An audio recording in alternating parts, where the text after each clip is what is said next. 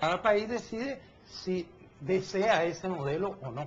Centroamérica podría realmente adentrarse en esa aventura, porque algunos hablan de que este socialismo del siglo XXI aplica o es viable o es más manejable para países que tienen más recursos, pero Centroamérica no los tiene. Vemos el caso de Nicaragua, totalmente entrampada políticamente, precisamente por esos conceptos. Bueno, el socialismo del siglo XXI no es viable para ningún país, rico o pobre. Yo creo que una de las pruebas más evidentes de lo terrible que es el socialismo del siglo XXI es que la gestión de Chávez, que ha durado 10 años, en un país petrolero, el barril, el precio del petróleo se ha multiplicado por 10. De $12 que estaba cuando él asumió la presidencia en enero del año 99 hasta ahora, ¿verdad? Ha tenido una multiplicación de 10, llegó hasta $140 el barril. Dicho de otra manera, los ingresos fiscales que ha tenido el gobierno de Chávez constituyen el doble de los 3 gobiernos anteriores juntos. Sin embargo, el Producto Interno Bruto permanece constante, per cápita, la pobreza igual, la inflación es la más alta de América Latina, se han construido un 30% menos de vivienda, Venezuela se ha convertido en el país más inseguro de América Latina, han cerrado el 45% de los establecimientos industriales, es decir, desde el punto de vista de la gestión económica, el modelo del socialismo del siglo XXI ha sido un fracaso total en un país rico como Venezuela. Pero encima de eso, además del fracaso económico, se nos ha arropado con un modelo que es totalitario pero disfrazado de democracia.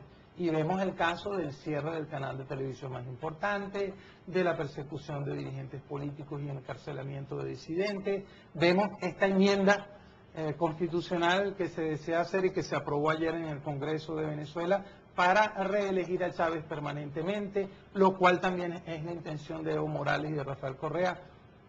En resumen, el socialismo del siglo XXI es un modelo totalitario, pero una evolución del modelo burdo gastrocomunista hacia algo más eficiente y sofisticado. Existe en América Latina, bueno, al menos se vende o se piensa que son 2 socialismos, ¿no? El que vive Chile, el que vive Brasil, muy diferente a lo que vive Venezuela, Bolivia. Entonces, ¿cómo entender eso? Porque los países centroamericanos o El Salvador puede optar por uno u otro, o cómo es que debemos entenderlo. Bueno, si bien es cierto que hay diferentes estilos, por ejemplo, entre Lula y Chávez, entre Michelle Bachelet y Evo Morales, comparten un mismo planteamiento, tienen las mismas aspiraciones, son diversos estilos para llegar a un mismo fin. Dicho de otra manera, el hombre que más ha apoyado internacionalmente a Hugo Chávez se llama Lula da Silva. Entonces uno dice, bueno, debe ser que Lula, las circunstancias internas de Brasil, que tiene unas instituciones muy fuertes, le impiden comportarse como Chávez. Y por eso se comporta de manera más moderada. Pero a la hora de apoyar a un hombre que está destruyendo la democracia y violando los derechos humanos en mi país, Venezuela, Lula sale a la defensa de él de manera permanente, constante y sistemática. Es decir, andan juntos aunque tengan estilos diferentes. Y a mí me parece que para diferenciar un socialismo bueno de uno malo, ese socialismo bueno debería denunciar abiertamente al malo. Yo jamás he visto a Lula, todo lo contrario, jamás lo he visto denunciando las cosas terribles que ocurren en mi país. Más bien, cada vez que tenemos señalado internacionalmente a Chávez y lo tenemos, digamos, contra la pared con alguna denuncia importante, el que sale a defenderlo es Lula. De allí que son estilos diferentes, pero que constituyen un mismo proyecto. Abordemos, señor Esclusa, el tema de la enmienda aprobada ayer en el Congreso de Venezuela. ¿Qué significa o qué es lo que este pueblo venezolano va a esperar? Entendemos un nuevo referéndum para saber si se reelige indefinidamente el presidente según esa enmienda. Bueno, lo primero que habría que decir de esa enmienda es que es anticonstitucional e ilegal. ¿Por qué? La Constitución venezolana establece que un referéndum en el que se consulta la opinión de la población sobre un tema, si es reprobado, hay que esperar hasta que finalice el periodo y comience un nuevo periodo constitucional para volver a plantear la misma pregunta.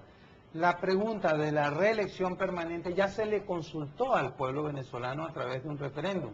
Claro, se hizo no con figura de enmienda, sino con figura de reforma. Y esa reforma fue reprobada por el voto mayoritario del pueblo venezolano en diciembre del año 2007. Como Chávez quiere mantenerse en el poder a como dé lugar, ahora lo plantea en forma de enmienda y lo hace de tal manera que no haya capacidad de reacción del pueblo venezolano. Es decir, lo hace durante las Navidades y dándole muy poco tiempo. El referéndum probablemente sea el 15 de febrero, es decir, la oposición venezolana no tiene casi oportunidad de movilizar a la población para una respuesta frente a algo que es anticonstitucional e ilegal. Eso en primer lugar. En segundo lugar, es un indicativo de hacia dónde va esto del socialismo del siglo XXI. Si de verdad es benéfico, si de verdad es algo que al pueblo le beneficia de alguna manera, bueno, busque la forma de crear nuevos liderazgos y entonces lanzar nuevos candidatos dentro del propio partido de gobierno. Pero no, Chávez no quiere soltar el poder de ninguna manera. Quiere mantenerse en el poder a como dé lugar. Ya tiene 10 años gobernando. Se va a quedar en el poder de acuerdo a este periodo constitucional hasta el 2012.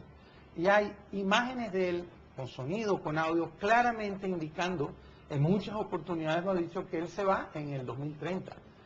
De tal manera que esto, cuando yo decía anteriormente que el socialismo del siglo XXI no es otra cosa que el mismo modelo castrocomunista, pero un poco más evolucionado, ahí tenemos un ejemplo muy claro. ¿Cree que la gente en Venezuela votará a favor de esto o No. nuevamente en contra? Va a votar en contra, pero las autoridades electorales en Venezuela realmente no son confiables. Bueno, no sé qué tanto tiempo tengamos para explicar esto al aire, ¿no? Pero la forma en cómo se fue destruyendo la democracia en Venezuela fue a través del modelo de una asamblea constituyente. Se llama una asamblea constituyente como lo hizo Evo Morales y Rafael Correa también en sus respectivos países. Esa constituyente redacta una nueva constitución, pero con el objetivo de controlar los poderes públicos y subordinarlos al Ejecutivo.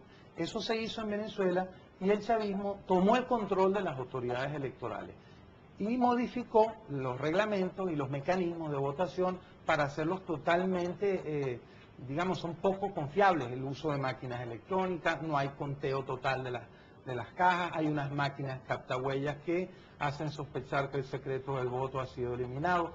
Una serie de circunstancias que yo puedo afirmar aquí con toda certeza que en Venezuela se comete fraude electrónico y que aunque el pueblo vote en contra de la enmienda, mi preocupación es que las autoridades electorales van a anunciar el triunfo de la enmienda. ¿Cuál es el futuro cercano para este análisis hemisférico que ustedes hacen desde Fuerza Solidaria con la llegada de Obama a Estados Unidos?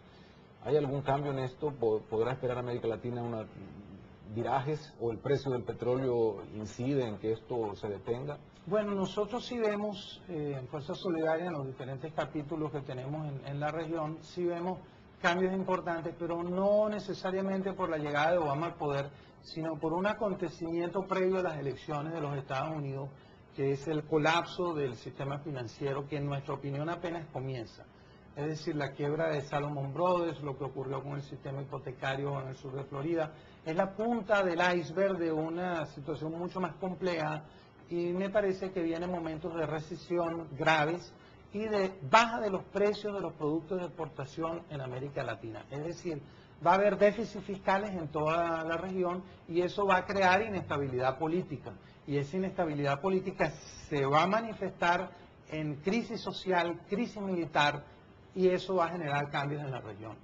Según el análisis, mientras hay más pobreza, hay más posibilidades de que las ideas del cambio generen esto. Entonces estaríamos más cerca de que América Latina en su contexto general asuma el socialismo del siglo XXI. Bueno,